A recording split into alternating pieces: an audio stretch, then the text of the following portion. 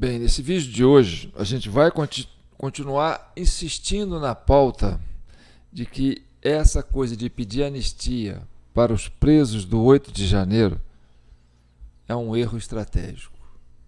E nós estamos aqui para defender quem? A sociedade. Nós estamos aqui para defender essas milhares de pessoas, mil e tantas pessoas que foram vítimas de um golpe branco. O que é um golpe branco? Um golpe branco é um golpe que é efetuado pelo Estado, agentes de Estado e pelo próprio governo. Então, o 8 de janeiro não tem nada a ver com a questão do processo eleitoral.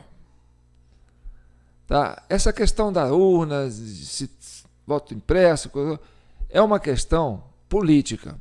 E aí, problema do Bolsonaro, problema do Lula, problema dos partidos, essa é outra história.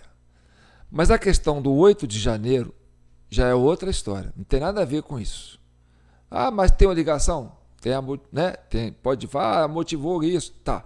Mas o problema do 8 de janeiro é um golpe branco. E a vítima é a sociedade. Então, a CCI nasceu para defender a sociedade. Não nasceu para defender Bolsonaro, não nasceu para atacar o governo Lula, não.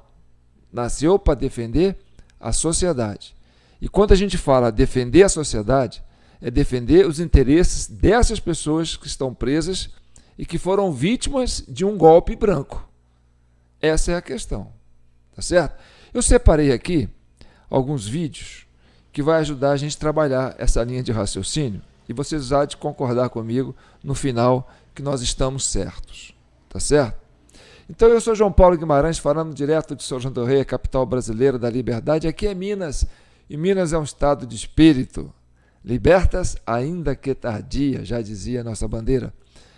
E o vídeo 537 da Comissão Cidadã de Inquérito é esse. Seja membro, inscreva no nosso canal, faça como muitos brasileiros que estão entendendo a necessidade dessa organização civil para defender a sociedade, né? De um aparelhamento ideológico das nossas instituições. Então vamos lá. Tem aqui a chave Pix, tá certo? Hoje é dia 31, último dia do mês. Então é bom lembrar, né, que aqueles que têm boa vontade entendem que essa comissão ela é cidadã, porque ela defende o cidadão, a sociedade, né? E aí vai sobrar um pedacinho.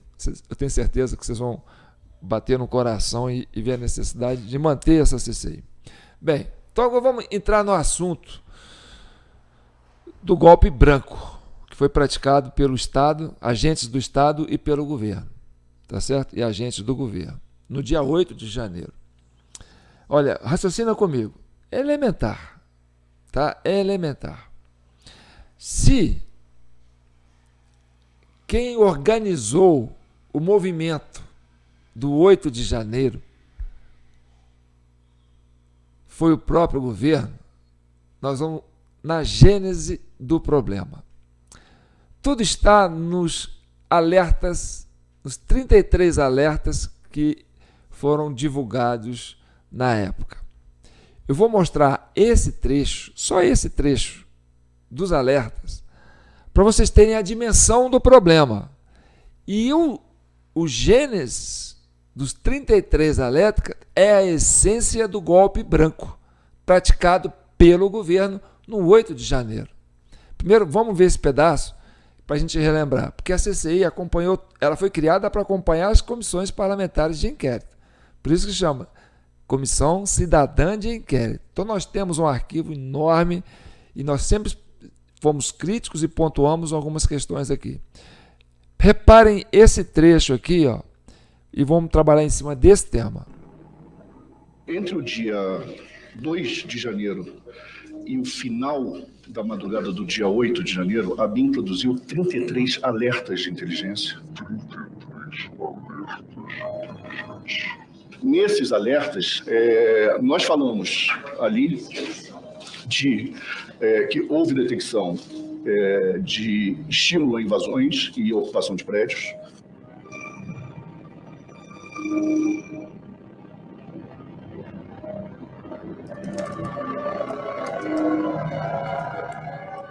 Nós falamos no próprio dia 8 sobre a presença de pessoas que se diziam estar armadas, certo? E posteriormente, num dos documentos que possivelmente também foram encaminhados para cá, nós apresentamos a identificação de algumas dessas pessoas.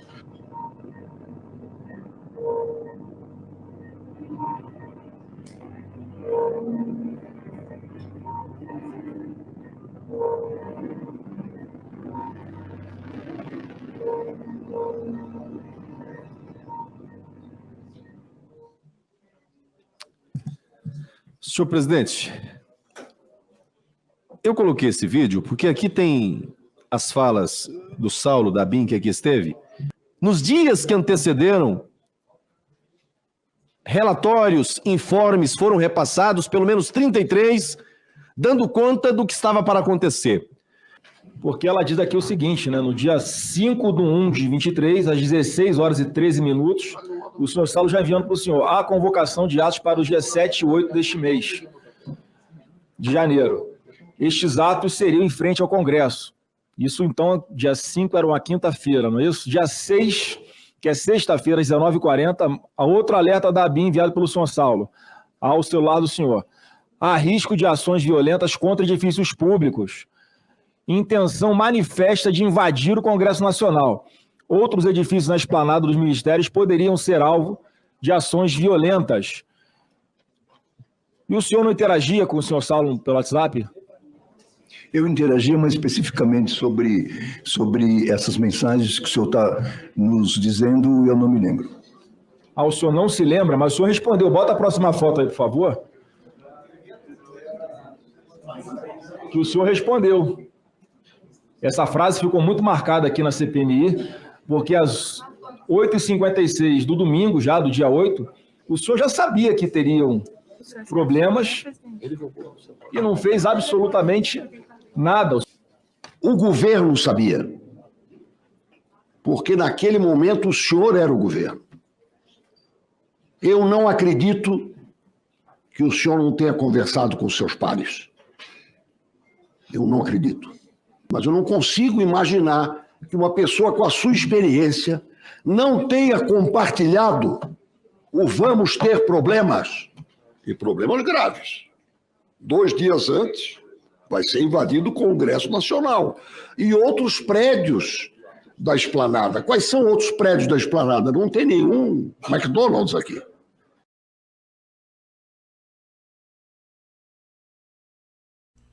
Bem, vamos agora debater isso aí e a gente volta de novo no próximo recorte. 33 alertas, tá certo? Você viu aí o Saulo, né, do GSI aí, informando, olha, vai acontecer. O G. Dias, um general experiente, vamos ter problemas. E aí, vão fazer nada? Então, meu amigo, a lógica desse evento é o seguinte. Imagina o seguinte. O governo, junto com integrantes do Estado, né, agentes do Estado, tinham necessidade de trazer pessoas para dentro do prédio, para fazer essa prisão desses 1.000 e tantos que eles fizeram. Entendeu? E como é que eles iam chamar essas pessoas para irem lá participar disso? Fazendo uma convocação pública nas redes sociais. Então, esse é o efeito colateral do golpe branco. Entendeu? Porque fica pontas em aberto, pontas soltas. Horas. Como que eu vou fazer invasão dos prédios só com a turma da Gleice, né? A Gleice Hoffmann, vamos supor, né? A turma que vai entrar lá, vai quebrar e vai sair. Qual é o efeito disso se não prender ninguém? Porque eu não vou prender os caras que eu vou pagar para ir lá destruir. Tá certo? Vamos imaginar assim. Então, tem que ter um chamamento público. E esse chamamento público tem que ir para as redes sociais. E aí chama quem? Chama quem está descontente. Oferece facilidades, ônibus de graça, R$50 a passagem, como foi o caso da Débora. Aliás, eu falei Bárbara no último vídeo aqui, pessoal. Não, é Débora. Às vezes eu falava Bárbara, às vezes eu falava Débora. Débora, né? Mas é bom que a turma comenta e ajuda a compartilhar. Bem, então, esses 1.000 e tantos, ouvindo esse clamor que estava acontecendo, que não sabiam de onde, como diz, né? Não tem o líder, não tem o chefe, não tem um político, não apareceu. Ora, então foi a esquerda mesmo, foi eles que promoveram. Então, os 33 alertas é o efeito colateral do golpe branco. Você está entendendo? Porque tinha que divulgar, senão não ia atrair esses curiosos, esses descontentes, né? Essas pessoas que realmente votaram no Bolsonaro. Senão não ia ter sentido. Então, ignora os alertas. Ignora os alertas. Mas o Saulo está falando, mas aqui, estão falando que vão invadir os prédios. Não, ignora os alertas. Olha, você está vendo? Vai acontecer. Aí o G diz, vamos ter problemas. E daí? Vamos ter problemas. Está entendendo? Então isso aí é o DNA clássico, que isso aí é um golpe praticado pelo próprio governo. Por isso que quando a gente fala em anistia, a gente vai estar beneficiando quem? Os agentes do governo e esses agentes de Estado que fizeram esse golpe branco. Para prender brasileiros inocentes que caiu nessa emboscada. Você está entendendo? Então, mais um conteúdo que vai ajudar você a perceber essa nossa análise. Eu quero saber qual é o júri que vai acreditar que um contrato comercial possa justificar a eliminação das imagens de um assunto sob investigação. E se ninguém mais tiver pedido, essas solicitações foram feitas, inclusive, por outros membros da SECAI, antes da constituição da CPMI, cuja instauração, todo mundo sabe, só aconteceu por causa do vazamento dos vídeos da CNN. Senão não haveria CPMI. Então, aí o Esperidião Amin, ele fala, qual é o júri que vai acreditar que as imagens do Palácio da Justiça, do Ministério da Justiça, onde o Flávio Dino estava lá, reunido com essa turma do golpe branco, com drones, vigiando, com a Força Nacional lá embaixo, escondida, que depois de muito tempo que a CPI foi descobrir que, a CPMI, né, foi descobrir que tinha uma Força Nacional lá escondida. Graças àquele repórter que estava lá dentro do Planalto, né, produzindo foto fake para mostrar que tinha patriota lá dentro, que na verdade era infiltrado. E aí ele tirou foto da Guarda Nacional, da Força Nacional, lá debaixo, na garagem do Palácio da Justiça. Mas lá em cima, no gabinete, quem que estava reunido lá? Além do Flávio Dino, do Capelli, mas de uma turminha toda aí. Então essas imagens desapareceram. E se nós temos um inquérito importante como esse, qual é a empresa que vai destruir imediatamente, logo depois, as imagens? E só de algumas imagens, as internas, porque o Dino entregou algumas imagens externas. Então, ocultando provas. É o golpe branco dos agentes do governo que estavam lá dentro do ministério. Tem outra explicação? Não tem. Você está entendendo? Agora vamos continuar avançando, porque aonde que está minando a questão da anistia, que não tem que ter anistia para quem não tem crime. A gente sempre falou isso aqui. Não, mas tem que anistiar porque senão eles vão continuar presos. Não vão continuar presos, vão ter que ser soltos. Não tem crime. Vamos culpar quem prendeu errado. Essa é a lógica. Essa é a verdade. E é isso que a CCI defende. Agora percebe, vamos continuar, que tem mais para vocês verem aí.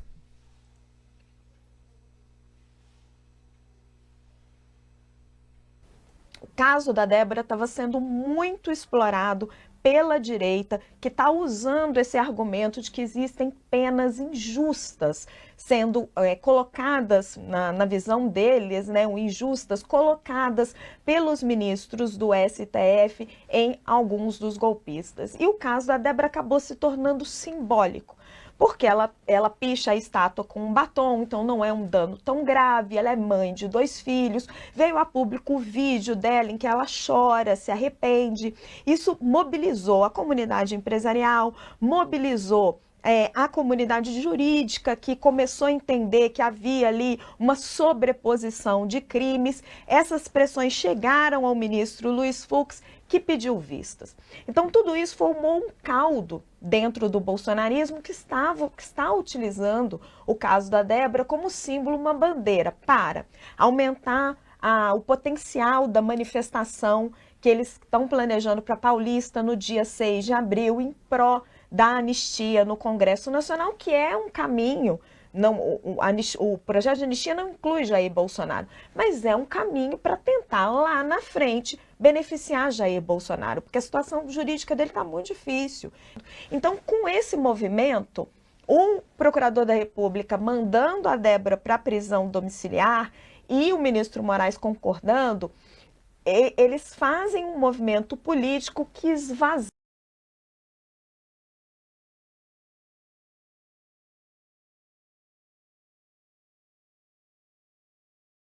Prestem bem atenção nesse finalzinho dela. Que a justiça faz um movimento político para esvaziar o movimento dos patriotas. E agora em abril. Olha só a linha de raciocínio que ela vai traçar. Presta atenção. Então, com esse movimento, o procurador da República mandando a Débora para a prisão domiciliar e o ministro Moraes concordando, eles fazem um movimento político que esvazia o discurso da oposição. Vocês estão percebendo? Quer dizer, descobriu-se que não tem crime, que a Débora não tem crime. Foi presa injustamente, 2 anos. Aí a população, porque quebrou o sigilo da fala dela, né, do depoimento dela, né? As evidências sobre o evento que aconteceu, que foi uma armação, né, da turma da Gleice. Enfim, a sociedade está caindo a ficha. E está indo para cima e fala, não, ninguém desses presos aí tem crime. E aí vocês aliviaram para a Débora, por quê? Porque vocês estão com medo da reação da sociedade, da mobilização da população, porque isso virou um símbolo, né? A questão da Débora, porque a Débora realmente não tem crime, e os outros também não. Então, mas aí é prisão domiciliar, tornozeleira, cheia de restrições, continua presa. Não pode participar das redes sociais, não pode dar entrevista, não pode receber amigos, não pode receber nada, só advogado. Enfim, vai estar lá com os filhos, já é alguma coisa.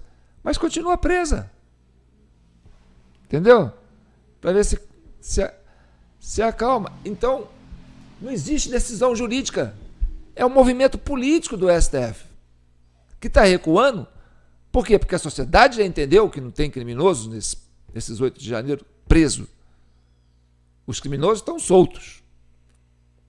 E é por isso que nós temos que tomar cuidado com essa questão da anistia. Agora vamos ouvir também a fala do advogado dos kits pretos, né? O Xanini, né? Que está dando um show de bola também na rede social. Vamos ver o que ele está falando.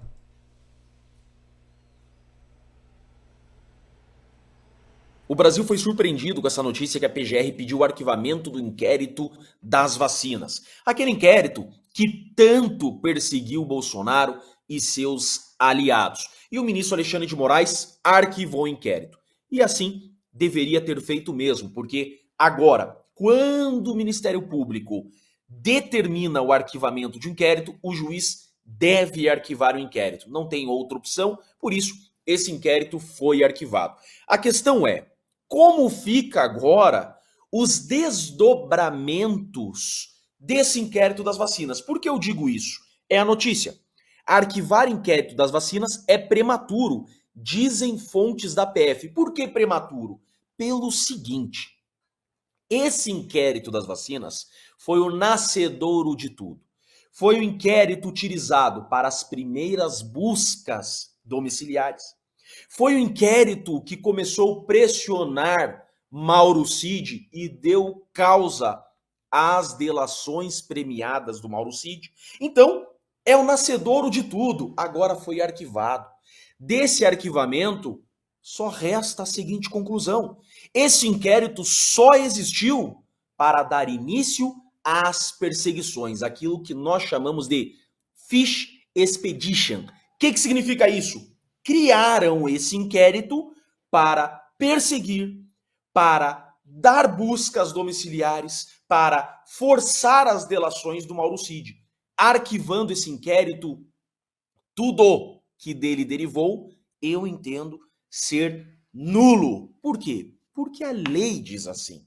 Por isso, estão dizendo ser prematuro. Claro, causar um baita de um problema para todas as demais investigações que derivaram desse inquérito. Causar um baita de um problema com esse arquivamento para os processos que vieram depois desse inquérito, porque agora está tudo maculado.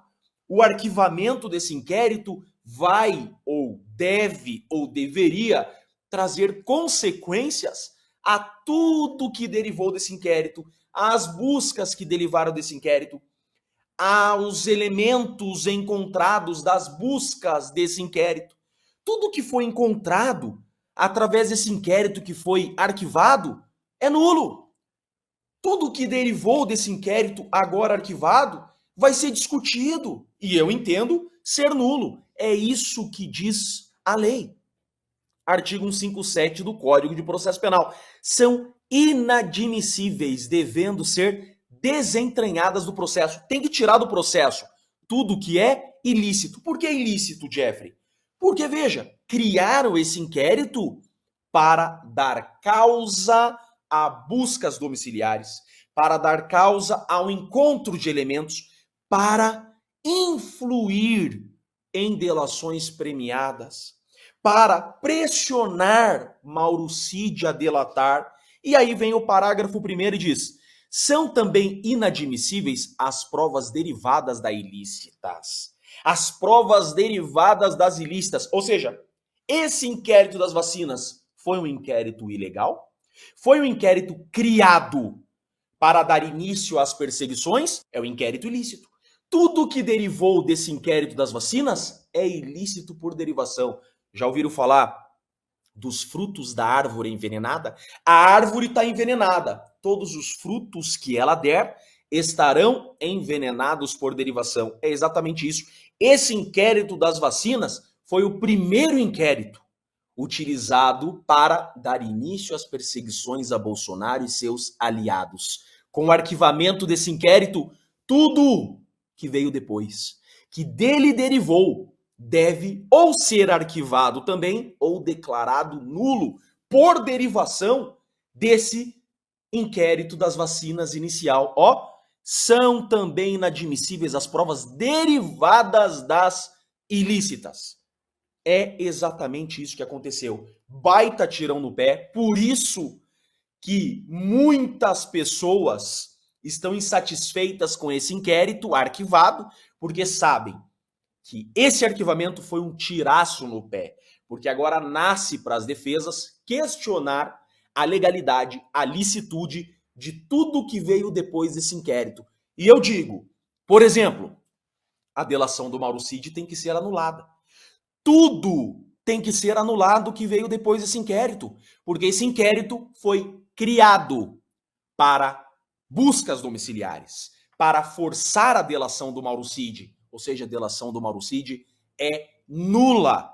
Está claro com esse arquivamento desse inquérito. Fish Expedition, pesca probatória. Criaram uma investigação para perseguir. Está mais do que claro. Tudo que veio depois desse inquérito, já arquivado, tem que ser declarado nulo, porque é ilícito por derivação.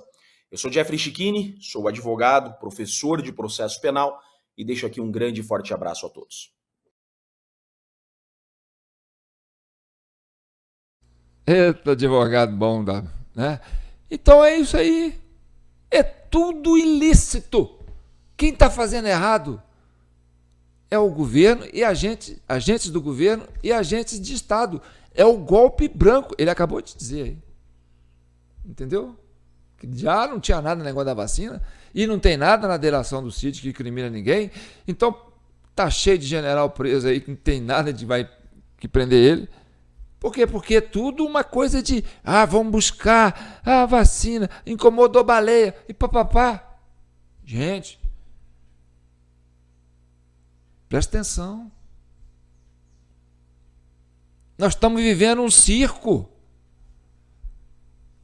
O Brasil está preso a uma narrativa de tentativa de golpe. Não são só os 1000 e tantos que foram pegos lá no 9 de janeiro e 8 de janeiro, não.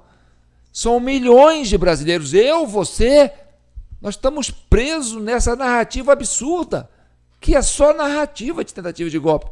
Porque o golpe branco foi dado no dia 8 por agentes do governo e pelo Estado. Agentes do Estado. Tá aí. Tá vendo? É o castelo de areia desabando. Agora que vem o mais dramático. Nós vamos colocar aqui. Essa é a parte mais dramática. Então, antes de eu colocar a parte mais dramática, eu vou continuar lembrando para vocês que hoje é dia 31 de março, né? De 2022. De 2025. E nós estamos aí com a nossa chave Pix, jpnoticias@gmail.com, na expectativa de sensibilizar você para que nos ajude a manter esse canal e essa comissão ativa, né? Porque é para isso que ela foi criada, para defender a sociedade brasileira, para libertar não só os presos políticos, mas libertar a sociedade brasileira dessa prisão de narrativas. Então, agora nós vamos para aquela parte da política, da psicologia reversa, tá certo? Que é a questão da anistia. Bem, está aí provado quem deu o golpe. Está aí provado quem cometeu os crimes. Inclusive do 8 de janeiro. Né? Não vou nem falar do processo eleitoral. Vou ficar aqui na questão da sociedade. Defender as pessoas que foram vítimas desse golpe.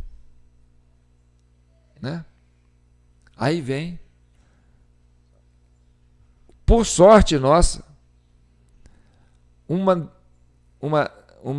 declaração da ministra-chefe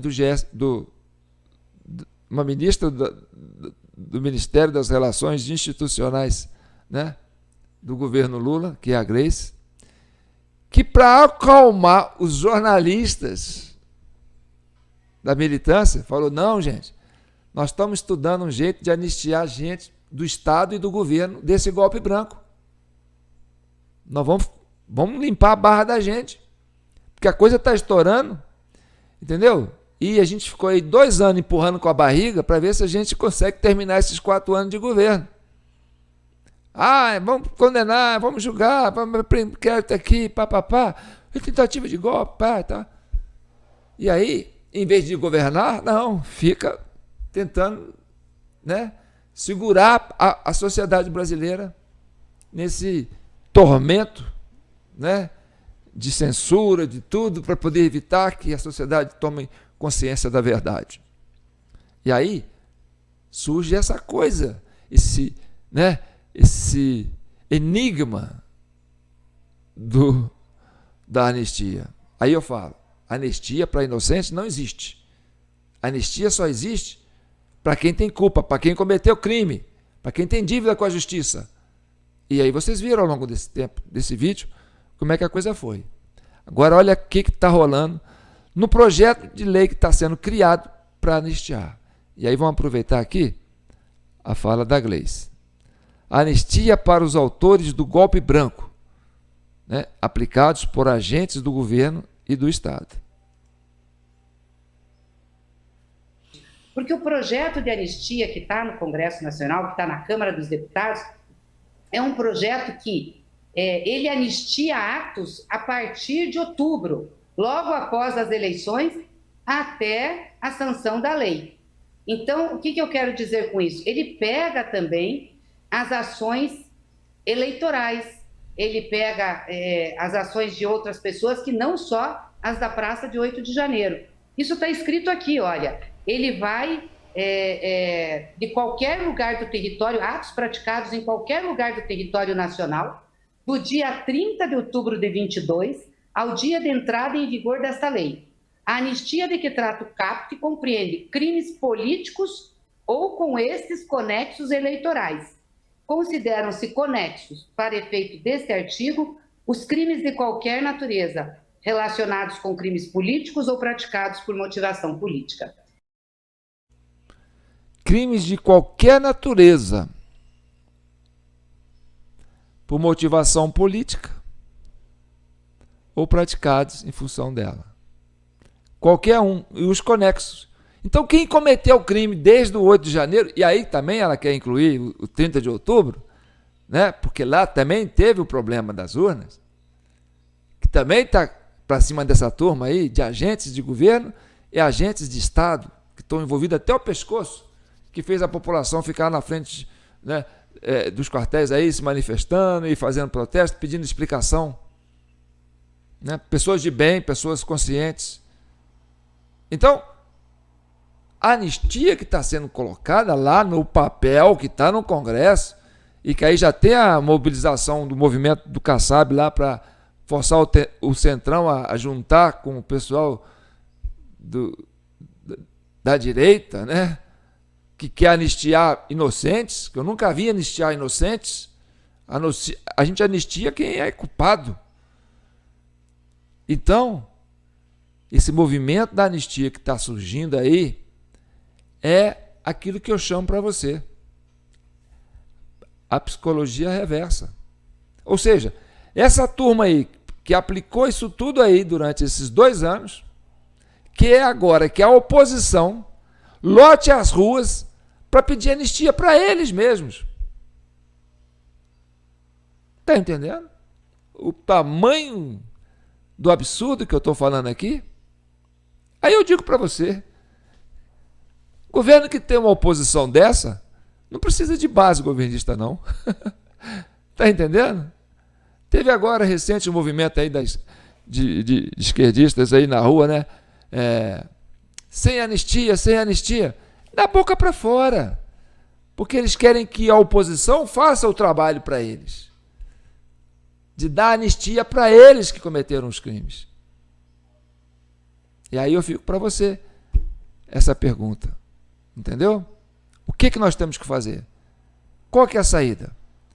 A saída é isso aí, é revelar a verdade, desmascarar essa narrativa estúpida que foi criada. Porque a sociedade é que tem que fazer isso. Não espere muita coisa desses políticos da oposição, não, porque, pelo que eu estou vendo, eles estão querendo anistiar os criminosos que fizeram essa barbaridade com os cidadãos brasileiros. E aí fica esse nó cego para desatar. A gente está falando isso aqui. E a gente fala muita coisa antes de acontecer. Né? Então eu peço para vocês que a melhor maneira de resolver isso aí é comentando, curtindo, compartilhando esse vídeo em todos os grupos, principalmente para essa turma aí, né, da oposição, porque vou te contar uma coisa, viu? Ô turminha difícil. A sociedade precisa muito de gente com visão, né? Tira a viseira. Entenda o caso, estude, faça isso que a gente está fazendo. A CCI foi criada para defender a sociedade, defender a paz social, mas defender a verdade. Pedir anistia para quem não tem culpa, não tem crime, não é sustentar a verdade. Só a verdade vos libertará. E aí fica isso para a oposição. Tá bom? Então tá bom. Fiquem com Deus. E eu aqui me despeço, sou João Paulo Guimarães, falando direto de São João del Rei, a capital brasileira da liberdade. Nego. Criei um problemão aí pra essa turma, né? Mas aí, chega, não aguento. Ó, eu tô por aqui de ver essa turma ficar passando pano.